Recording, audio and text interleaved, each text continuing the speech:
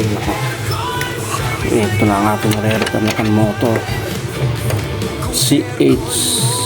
is EH03. Ang error code nito EH03.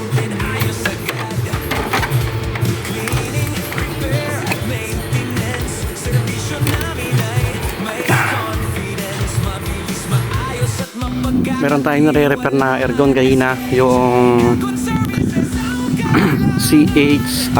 ano to?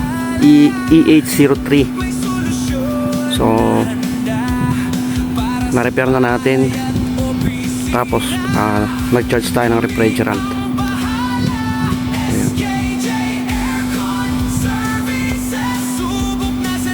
Naobserbahan na lang natin kung anong mangyayari. So na-repair na natin yan kanina, okay na yan. Pinapalamig na lang natin yung unit. Ulan, makulimlim yung panahon, so pabor naman hindi mainit yung ating paggagawa, kaso mabanas lang.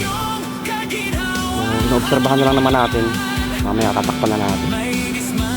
Bali yung karga niya ay R32 na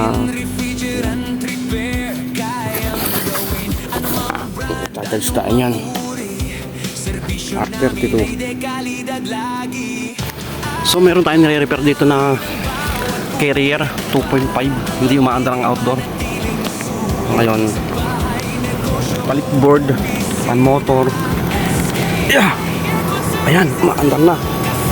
Oh, andar na siya.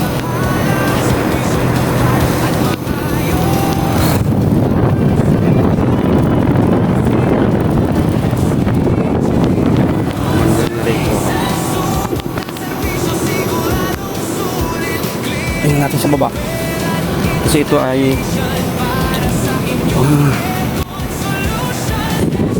umaandar na.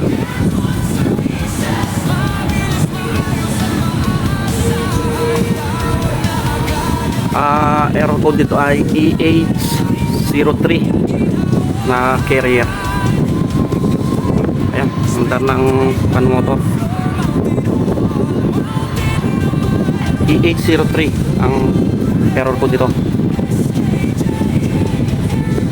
So ayan, working na. Wala na yung error niya. Okay,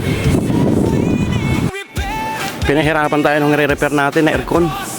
Ayun oh, ayan. So ang lumalabas dito ay EH03, tapos namamatay na yung outdoor. Pinahirapan sa ulo. Laki pa naman, 2.5 na aircon. So okay na naman, maandar na. So pinalitan natin ng pyesa yung unit. Tingnan natin yung error. Wala na yung error code. Okay na, yung EH03. Ayan,